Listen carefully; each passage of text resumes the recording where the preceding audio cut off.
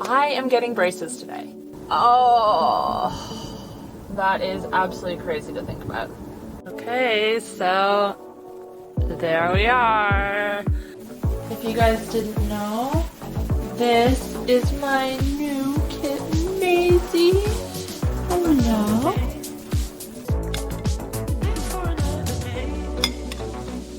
Good morning, guys, and welcome back to my vlog channel.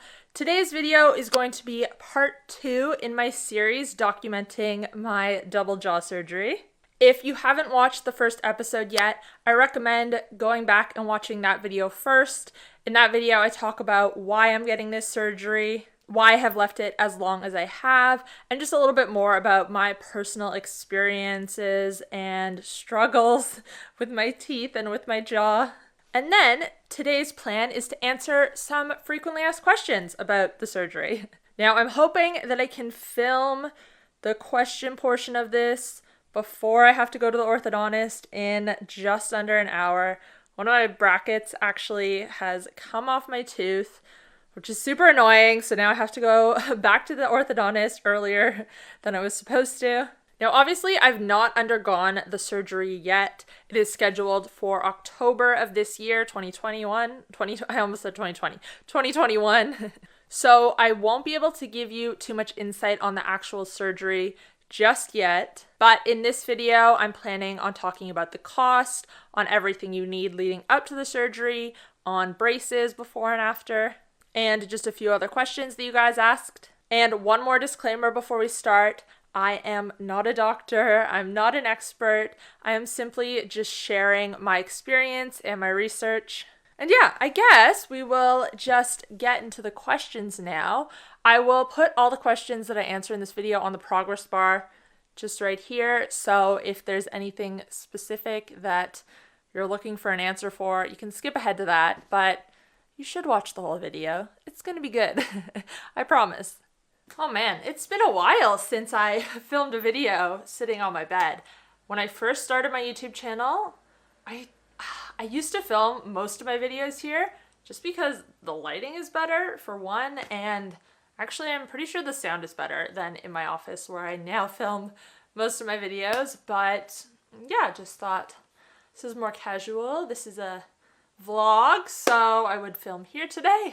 The first question is, how do you know if you need jaw surgery? Now, this is highly individual. As I said in my first video, for some people, their top jaw is too far forward or too far back, and for other people, their bottom jaw is too far forward or too far back. And then you can also have an open bite where your teeth don't touch in the middle. This is kind of like what I have. And another thing that the oral surgeon told me is that the center of your top teeth should line up with the middle of your bottom teeth. So actually, I don't think I talked about this in my first video, but one side of my jaw is bigger than my other. So on one side of my mouth, my teeth actually line up pretty good, but then on the other side, they don't. So that's fun.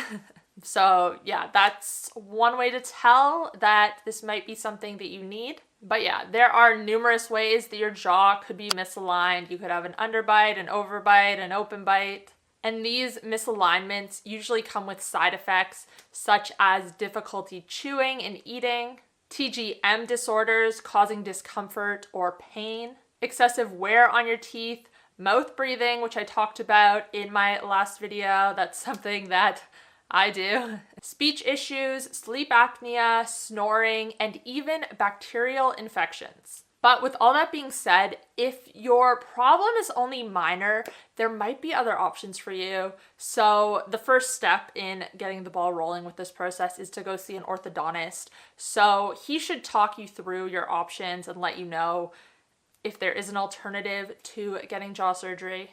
And if you've had an injury or been in an accident, then you might need jaw surgery as well. The other thing I will say is that for some people, they only need to have surgery done on one of their jaws. I'm a little bit envious of these people. I need to have double jaw surgery because both my upper and lower jaw are misaligned. Does it change the way you look? Generally, yes, although as I said in my previous video, this surgery is usually not for cosmetic reasons. Still getting used to talking with my braces. reasons. It's usually for functional reasons and because you're experiencing some of the side effects I spoke about earlier. Of course, if your upper or lower jaw is further forward or further backwards, then this is going to change the appearance of your profile. Oh, hello. Oh, look at this guy. Aww. Depending on how far it had to be moved will impact how drastic the change in your appearance is, of course. This is all pretty straightforward. Now, when I went for my consultation with my oral surgeon, he was pointing out things about my face, things about my appearance that could be corrected that I had never even thought about before. For instance, the lines around my mouth, which I think are called nasolabial folds, he said these could actually reduce when I get my jaw surgery. My smile, when I smile big, is also pretty gummy, and he said that could improve as well. And my upper lip, again, when I smile, is pretty small. That apparently could look bigger after the surgery. Zeus, can you not chew on my backpack? Zeus? Zeus? Don't chew on that. You have so many toys. Basically, things about my face that I had never even thought were related to my jaw, he was pointing out. And I mean, all of these things are things that I don't think I would go out of my way to change. But as he was listing them out, I was kind of like, okay, well, I mean, I'm not going to be mad if my upper lip looks a little bit fuller. I do really want to stress, though, that this is a serious surgery. I would not be doing this surgery just to fix these cosmetic issues. If you even want to call them issues, I mean, I guess just imperfections. I don't know, just cosmetic things, okay? These things aren't things I'm really overly self-conscious about. I mean, yeah, like, I have a gummy smile and whatnot, and that I wouldn't be mad if it was less gummy, but yeah, it's not something that bothers me too much. There are risks to the surgery, which I'm going to talk about a little bit later, that are pretty serious. And there's always the risk that you might not even like how you look after the surgery. So this is something to not take lightly.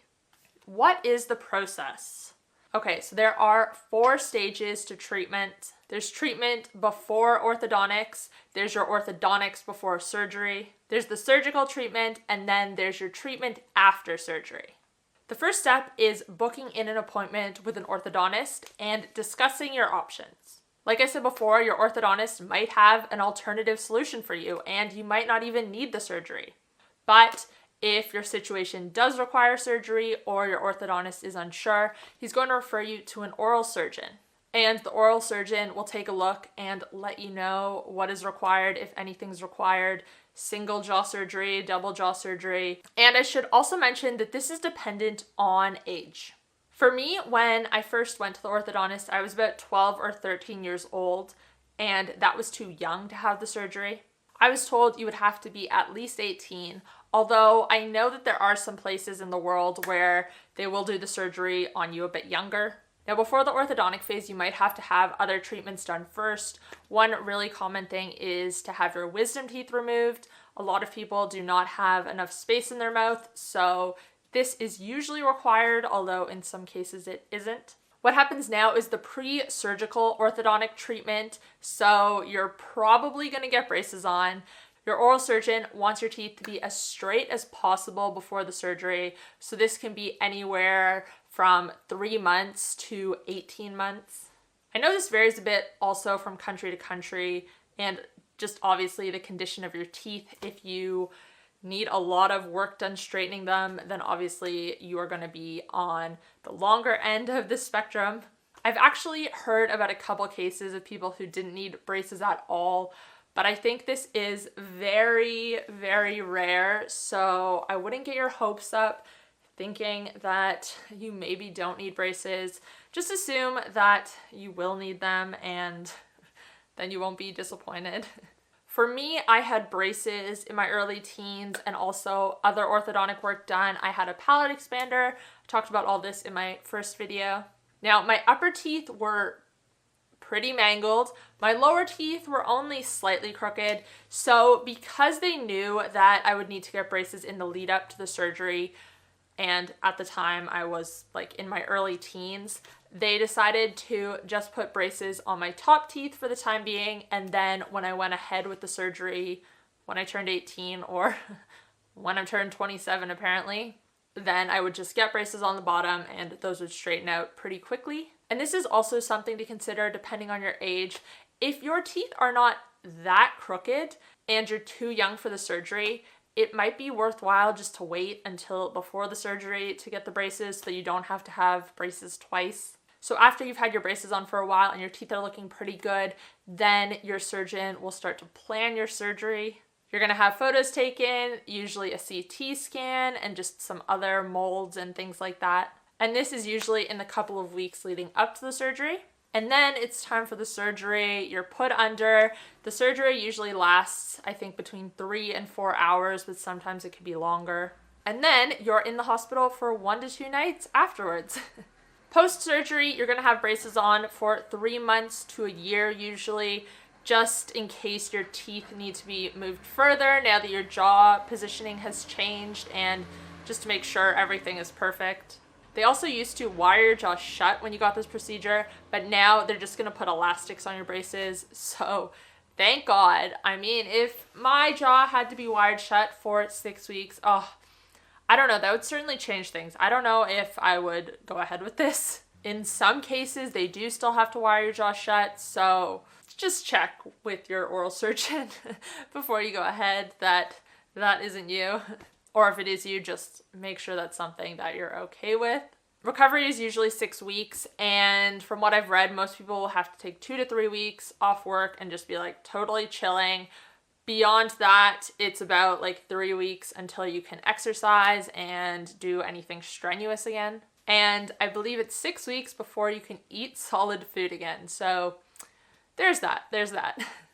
How much does it cost? All right, this is a question that a few people have asked me, and I'm going to break it down for you as much as I can. Now, of course, I live in Australia, so this is going to be relevant to people who live in Australia. Because I am from Canada, I do also have a little bit of insight into the cost over there, in Ontario specifically, so I'll talk about that as well. But from what I've seen, the price is pretty similar in all developed countries. So even if you aren't in Australia or Canada, this will still give you an idea of the cost. All right, so in the workup phase, which is when you get your photos, your molds, and your tooth jaw size prediction analysis, that costs $1,140. Then for the actual surgery, there's a surgeon's fee. And of course, this price is for double jaw surgery, which is what I need. And the cost of the actual surgery is $8,000. There is a Medicare rebate of $1,500. And if you have health insurance, then that covers about $2,000. So it comes out to be about $4,400 for the surgery itself. Now for your anesthetics fee, it is $500 to $750 if you have health insurance, and without health insurance, it's $1,500 to $2,100, so almost more than double the price. The hospital fee, which is 2 nights in ICU, with insurance, it's going to be about $500 to $700. And okay, without insurance, I could not believe what the breakdown of the costs said the cost was going to be. I don't know if this is a typo, but it said $40,000. So this is just something I'm going to say. If you are considering this surgery, get health insurance right now, because otherwise you're going to have a waiting period, and yeah, it's just going to prolong things further. And you really need health insurance to get this surgery unless you just have a lot of money. And then for my braces, for top and bottom, it's going to be a bit over $5,000. And some of this is going to be covered by my health insurance, but I'm currently on a waiting period, so I can't claim anything right now. It's all out of pocket. But once my waiting period's over, I will be able to claim a little bit. So all in all, it comes to a bit under $12,000. Now, keep in mind that I also had about 2 years of orthodontic work as a kid, and I also did have to have my wisdom teeth removed, so these are additional costs as well. I would say a safe bet, assuming you have health insurance, is $15,000. Now, as for Ontario, from what I've seen, double jaw surgery costs $2,500 out of pocket, but this doesn't include braces, which again will be about $5,000 or more, and this doesn't include wisdom teeth removal, so it's definitely cheaper to get it done in Ontario, and I'm kind of kicking myself for not doing it when I lived there and when I had OHIP, but yeah, it is what it is. How long is recovery? As I mentioned before, recovery is usually 6 weeks, and you're going to be pretty swollen. You're not going to be able to eat any solid food until that 6-week mark, which is going to be interesting. Going to be eating a lot of scrambled eggs and avocado and protein shakes, I guess. So 6 weeks is the recovery, but you're still probably going to be very swollen after that. It can take up to a year until your swelling goes down completely. So this can be pretty difficult for people. I've watched some videos and heard some stories of people just not really liking the way they looked the whole year after their surgery. And then they started to get used to it as the swelling went down and they started to see what they actually look like. So that's another thing to consider. Oh, I am going to be so swollen filming my YouTube videos, which is just going to be, it's going to be fun. But you guys are nice, right? You guys won't be mean to me. Is there any scarring? So the surgery is mainly done within your mouth, so they usually don't have to make any incisions on the outside. However, in some rare cases, they do have to make incisions just on either side of your neck. So yeah, that's just something to talk about with your oral surgeon as well. What are the risks? So of course there are risks. This is a major surgery. They are literally breaking your jaw and cutting it or moving it or both. So yeah, there are risks. The most common risk is suffering an infection. About 4 to 7% of people who have the surgery experience this. Nerve damage is also a risk, and this is pretty scary to think about. This happens to about 2% of people.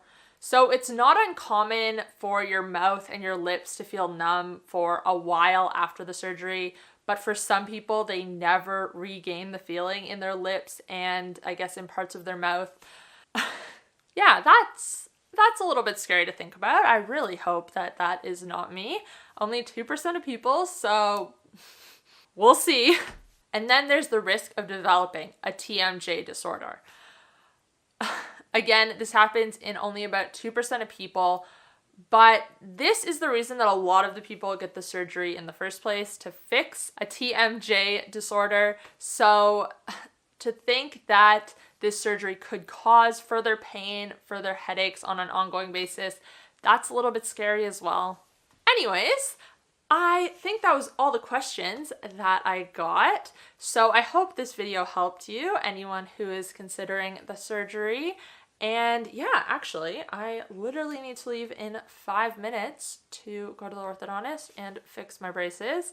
I think I'm just gonna leave this video here and not really show you too much else of my day because, yeah, nothing else is really happening, and yeah, just wanted to do an FAQ today. If you guys haven't watched episode 1, make sure to check that out afterwards, and make sure to subscribe if you want to follow along with my journey. I'm going to be posting other vlogs that aren't related to the surgery on this channel, sort of like lifestyle things. I keep saying organization, and I haven't done any organization videos yet, but I have some planned. I love a good organization video. I was watching videos of people organizing their linen closets yesterday, and I'm craving organizing my linen closet, which is maybe a bit weird, but I'm okay with it. I'm okay with it. Anyways, the point is, make sure to subscribe, give this video a thumbs up, and I will see you next time. Bye, guys.